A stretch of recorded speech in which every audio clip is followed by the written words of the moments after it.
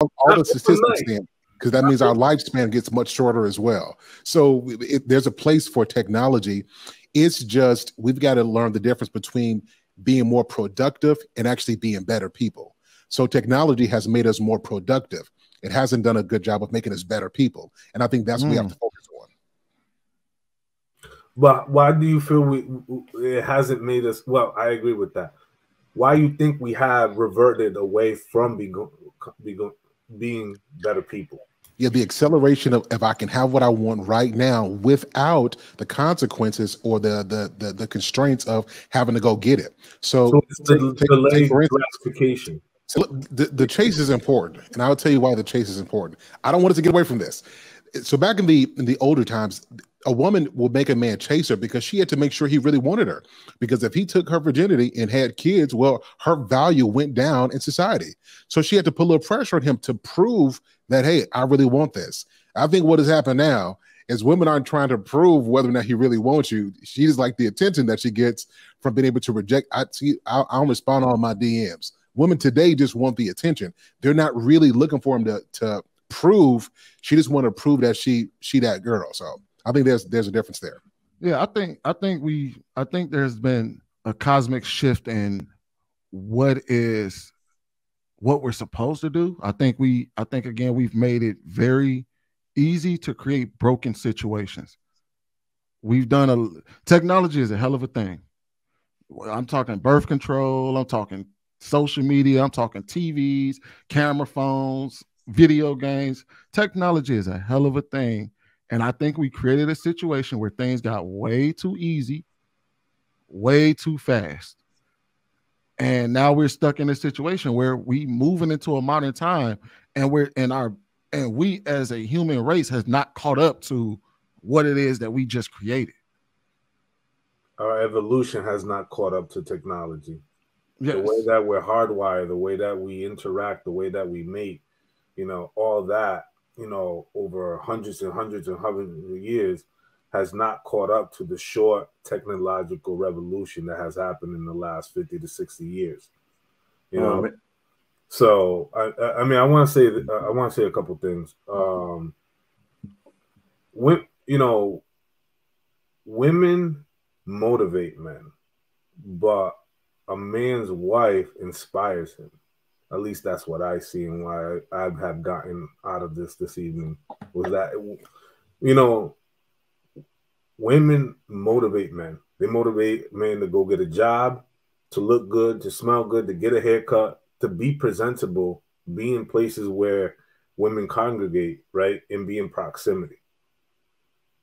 And then sometime in that development, when that man has selected a woman to be his, his wife, his life partner, then at that moment, that woman understands that she needs to inspire this man. You know what I'm saying? So I think we can't give credit to one, over the other. The other thing I wanted to kind of highlight was, damn, and you brought this up too, Sweeney. Yeah, I'm blanking now. Sweeney's always bringing up good stuff. Yeah, I know, man. I'm like trying to catch up. Come on. It was about the whole like technology revolution shit. We created a monster that made us monsters. It really has, because look, if we took it all away, let me tell you this: if tomorrow stopped and we took all of that away, if I flip the switch, we stop producing Plan Bs, we stop producing condoms, we stop producing, social media technology, and it all went away, we will revert back to our natural state of, mating and approaching each other. All this stuff marriage rate. I'm sorry? I said 80% marriage rate, 80 to 90%. I would think we will go back to that 80% marriage. We got to go all the statistics then, because that means our lifespan gets much shorter as well. So there's a place for technology. It's just we've got to learn the difference between being more productive and actually being better people. So technology has made us more productive. It hasn't done a good job of making us better people. And I think that's what we have to focus But why do you feel it hasn't made us? Well, I agree with that. Why you think we have reverted away from being better people? Yeah, the acceleration of if I can have what I want right now without the consequences or the constraints of having to go get it. So it's the delayed gratification. So take for instance, it used to be. Now, fellas, who's the youngest? I'm 30. I'm 35. Who the youngest on here? Anybody in their 20s? Okay, good. So I'm 33, so I think I might be the youngest. Dang, you Jesus age. No money talking good today.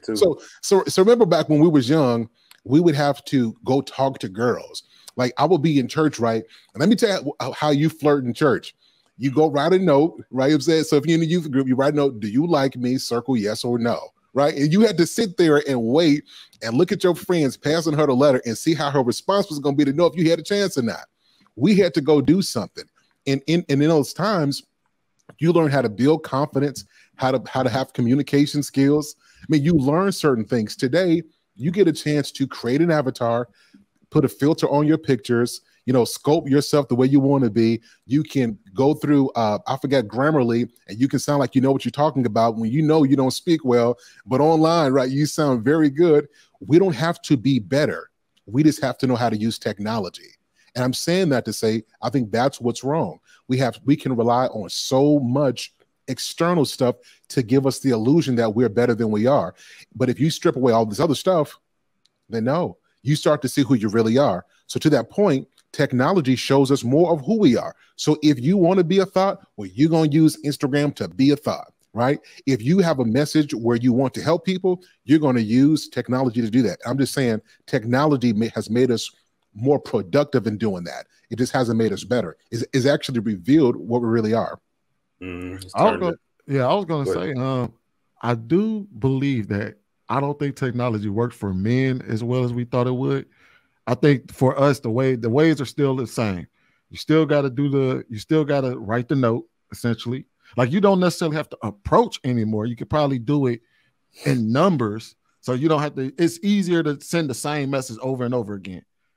But more than likely, even when we wrote that note, it was the same note to every single girl we liked. It's just, it was very few and far between. But our approach, I think men approach to dating is still the same. The technology just changed. But life has a way of humbling men. There is no way around it. We can't get around it. That girl we notice it. Dudes are getting rejected more now than they've ever been. It used to be that you may have only got rejected by 5 or 6 girls, and you know what I mean, because that's all you was willing to take, or maybe 30 plus girls. Now you can get rejected by 200-300 girls, over the span of a few weeks. It's because of the accessibility. We have there's more women within reach, so that's going to increase that percentage of the rejection.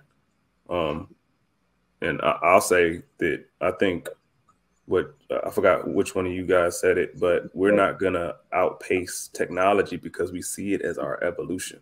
And I think that the convenience robs you of that discipline. And I think discipline is what shapes you and gives you meaning. And when we lack meaning, we don't see the value in ourselves because we don't know ourselves. So how will we see the value in ourselves? Period. So we're going to carry ourselves as such. I think we're presented with many forks in the road. And I think to what Sarah was saying, the technology, it kind of dictates the choice. Like, it's like the fork in the road is not even equal anymore. It's like, why would I struggle uphill when I can just skate down this road right here? It's given to me.